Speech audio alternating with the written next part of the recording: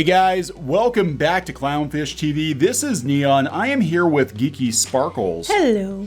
And the situation with Disney Must Pay has gotten so drastic that they're setting up a task force to take Disney to task. So this is really interesting. We're going to talk about this. It was in The Guardian either earlier today or last night that there are some other authors getting involved in this task force to try to get royalties from Disney authors and Disney affiliated publishers who are also reportedly not paying royalties. Right.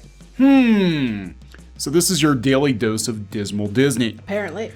So before we get into it, please subscribe for more pop culture news, views, and rants. Guys, we're over 187,000 subs. Woohoo! Thank you. We actually went up. I think, maybe the gods of YouTube are starting to favor us again. Are they realizing that we're not the people that certain factions on Twitter say we are?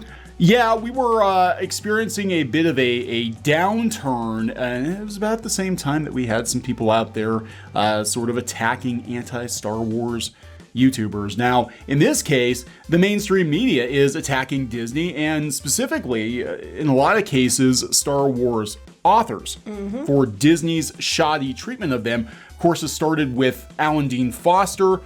Last year, he said that he was not getting royalties on many of his books, his Star Wars books, including Splinter of the Mind's Eye. Well, then it was into his Alien books too, because the Alien books, Disney owns that. They own Fox, and it's like oopsie doopsie. We don't know what happened, so it became a big deal. Word got out that Alan Dean Foster was not being paid. He is older. He's got some health problems. He absolutely could use the money.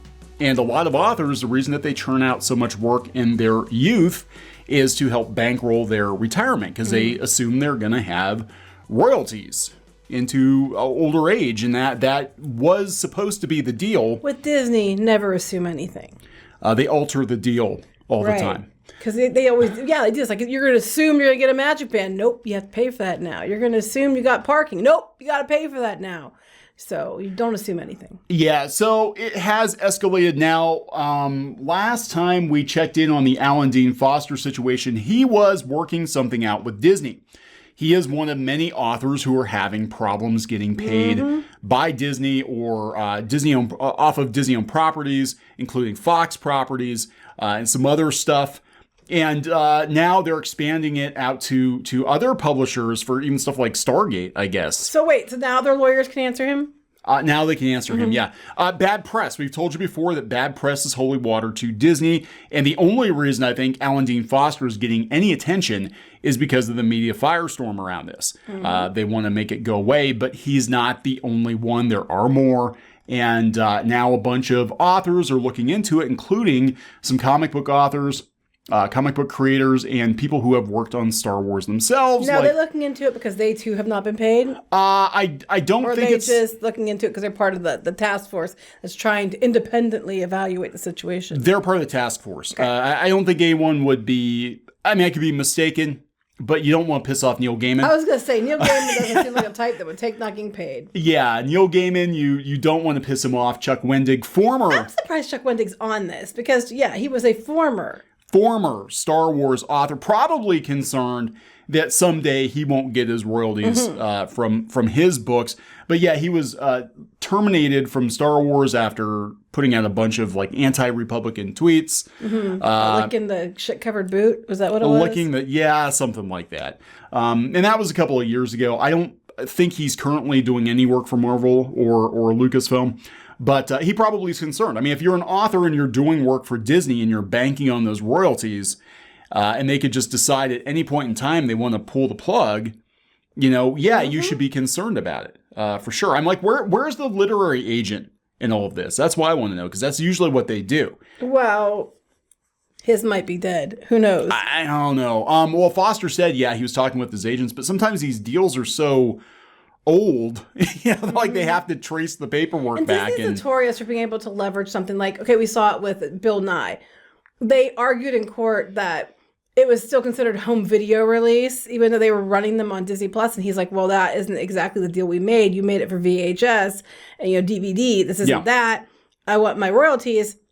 And they basically argued in court that no, it's the same thing. It's just on Disney Plus now, and they won. So they'll probably find some loophole here that, because digital or still print or something like that. They'll find some loophole, some ridiculous loophole that you have to stretch to reach, but they'll reach it, and then that's how they'll get away with it. Yeah. Oh, we got rid of the expanded universe, so Splinter of the Mind's Eye doesn't count. Even right.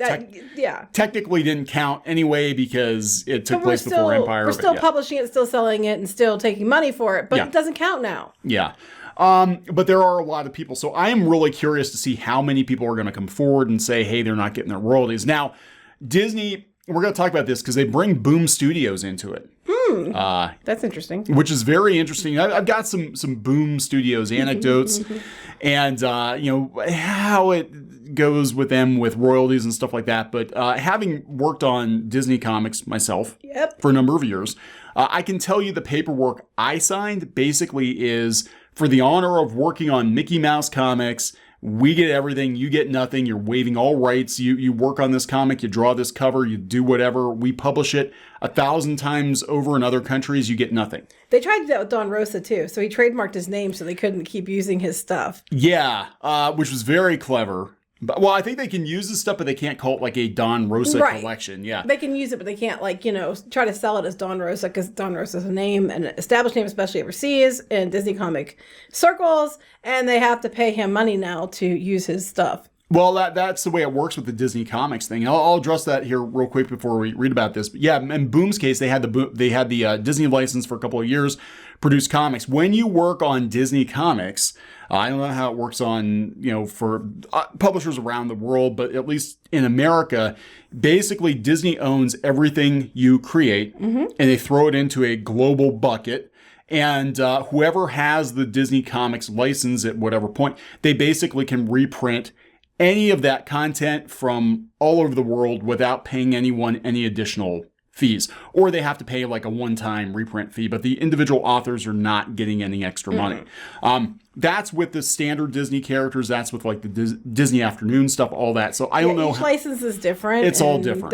It's interesting how they're all split up. That's a whole other story. Yeah. So anyway, this is coming from The Guardian. They said that they set up a task force made up of science fiction, fantasy, romance, crime, and horror authors, basically to chase down Disney for money. They said that's what they're doing. They have a freaking anti-Disney task force. They got Neil Gaiman in there to help chase him down. Oh, that's fun. Yeah, they're going to persuade Disney into paying authors royalties for novelizations and comics related to properties, including Star Wars, Alien, and Indiana Jones. Which all are the ones that I think that Alan D. Foster worked on. Yeah, he did. He worked on a lot of stuff. I mean, he did. I believe he did all of or most of the Alien novelizations. He did some Star Wars books. Apparently, he's done some Indiana Jones too. So the so-called Disney Must Pay Joint Task Force includes major writers Neil Gaiman, Tess Gerritsen, Mary Robinette Kowal, I think her last name is. She's actually the charge of the SWA, I think, and Chuck Wendig. Among its members, it's been formed by the Science Fiction and Fantasy Writers of America in partnership with the Authors Guild, Horror Writers Association, National Writers Union, Novelists Inc., oh my God, Romance Writers of America, and Sisters in Crime. Yeah, they're not taking Disney shit. Sisters they're in Crime. They're getting the gang together, and they got their bats, and they're going to the gates. Disney Must Pay, quick call up the Sisters in Crime. I could just picture like two identical twin sisters. No, I love that, Sisters in Crime. Sisters in Crime. The author organizations came together after the SFWA became involved in the Alan Dean Foster situation. Said that Disney wasn't going to pay him for Star Wars and Alien books. Foster was asked to write his novelization of Star Wars by George Lucas himself, which was published in 1976. That's true. And the book does differ somewhat from the movie. Right. Because of it. Yeah. Yeah, when Disney acquired Lucasfilm in 2012, it bought the rights to the Star Wars novel, while Disney's acquisition of Fox in 2019 meant it bought the rights to the Alien books, despite the books still being in print. So it's not like they're out of print. They're still in print. Foster claims that Disney was not paying him royalties for them and that he'd go public after the company ignored multiple queries from his agents, legal representatives, and the FWA. Yeah, now Disney Legal can try to work out a deal. Probably because this task force is coming for them. Yeah, the latter claim that Disney had argued they had purchased the rights, but not the obligations of the contract. That's bullshit. I mean, it's a scary thing if that's the case. Laws need to be changed. Because, like, I remember they were saying that she had said this sets a dangerous precedent because in other places, technically, since Disney owns so many companies, they could turn around and sell books to one of their other arms and then say, well, oh, release me of obligation. That's crap. If you buy a contract and you buy the IP, you should have to, honor the contract. Yeah, it's scary for publishers too, because we're seeing so much consolidation with book publishers right now. All that has to happen is, one publisher gobbles up another publisher and all those royalties go out the window. It's not like where it used to be where you knew these publishers were going to be in business for decades and decades. Now that, we're seeing Penguin and Random House and, all these different publishers get eaten up by one another. Mm-hmm. And they could very easily just be like, yeah, as soon as we buy you out, then that's it for the royalties. We're not paying royalties on a book that was written 50 years ago. So they always get to keep all the money. Yeah. And they said it's a very dangerous loophole. They have to do something because otherwise it's going to screw so many writers out of money. So Foster said he needed the royalties because his wife has serious medical issues and his diagnosis with an advanced form of cancer.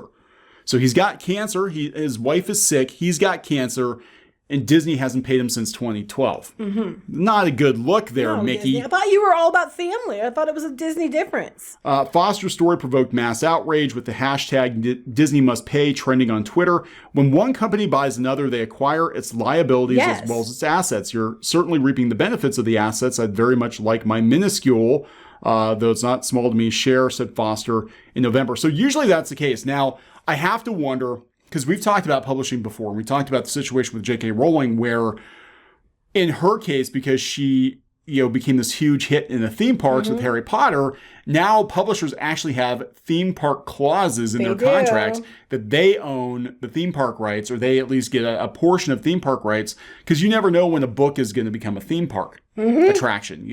That's the world we live in now. And I imagine newer deals for newer authors are probably a lot more strict than they were 20, 30, 40 years ago, because these companies are looking at this like anything based off this book, we're getting a cut of, because we're only publishing this book to get a TV or movie deal to turn it into other stuff, So he hinted the resolution was near. We talked about that Disney is going to try to make it up to him, but the task force is calling for more authors who believe they're affected to come forward and saying it's received verified reports of authors missing royalties for works relating to Buffy, Star Wars, Indiana Jones, Spider-Man, Stargate, Angel, and Predator.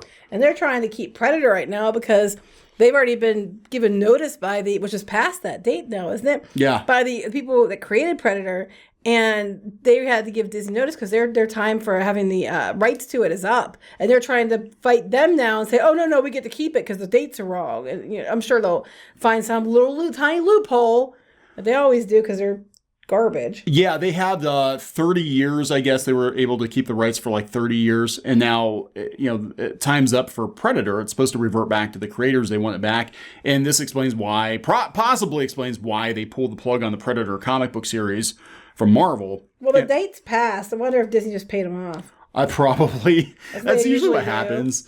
So now this is interesting about Boom. They call it Boom Comics. It's Boom Studios. The task force alleges that the author of a Buffy comic had contacted Boom about their royalties. Fox had initially licensed comic book rights to Dark Horse, but when Disney purchased Fox, the rights were taken from Dark Horse and given to Boom. The writer said that they were told by Boom Comics that royalties don't transfer. Because Boom. Okay, so let's talk about that. The thing with Boom is that they're really weird about royalties. I can tell you this anecdotally.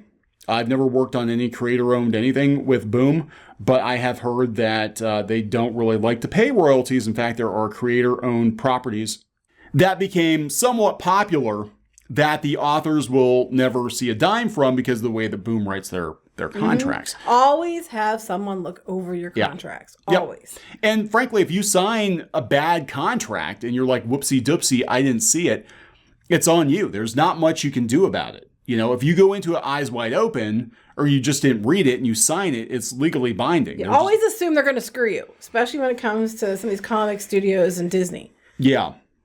So, since Disney has declined to cooperate with the task force in identifying affected authors, the Disney Must Pay Joint Task Force needs help to contact everyone who might be affected. The joint task members need writers, readers, and fans to alert authors who may be affected. Task Force says in the announcement, writers must be paid or given missing royalty statements. The contracts must be honored, said the president of the SFWA. So here's the thing. This is what Disney had to say about it.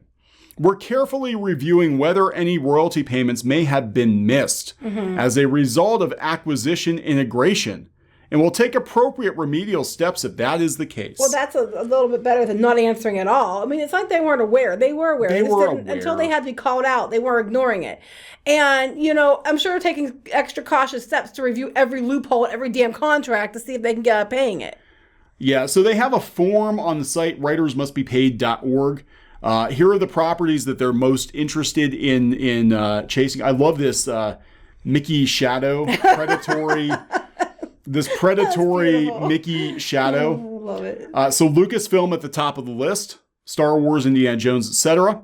Do you have any missing royalties? Fill out the form. Boom. Licensed comics, including Buffy.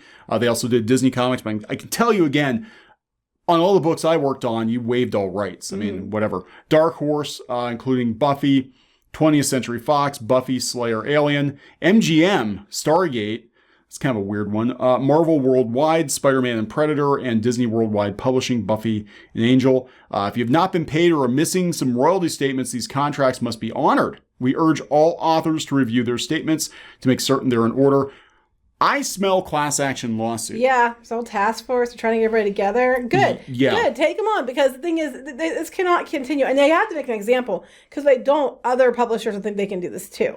Yeah, they'll be, I mean, I could totally see them being like, let's just set up a shell company, transfer all the IP, all these publishing contracts over to this shell company set up in like Costa Rica or something, and now we don't have to pay anybody. Because that's what they're worried about. They're worried this is going to set a precedent that's going to get a lot of people screwed over. Yeah. And it's not okay. And Disney, you know, you have enough money to pay your CFO possibly up to $11 million in bonuses for one executive. All your executives get deals like that.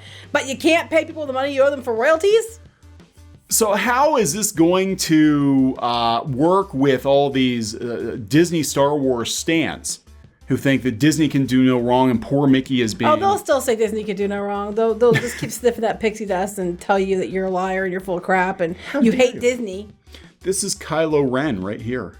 It looks like him. He's going to get chomped by the maw of the mouse. The pencil's supposed to be his lightsaber. That's his very tiny lightsaber. Is he going to start throwing a hissy fit and start chopping everything down? Disney must pay!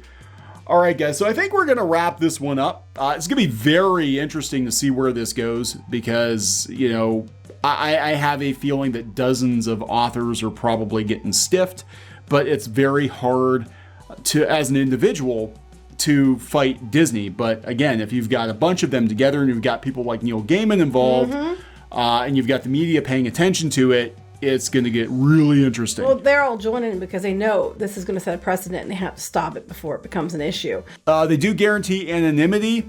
So if you complain about Disney owing you money, they're not going to go run into Disney. Hopefully it's not a trap. It's a trap. Hopefully it's not a trap and they're not going to go run into Disney and be like, so-and-so's complaining you haven't paid them in 8 years. I don't think they will. Unless they go out there and say it themselves. So... Yeah, so we're going to wrap this one up, guys. I'm going to put a link in the comments. You can check the story out for yourself. We'll talk to you later. Bye.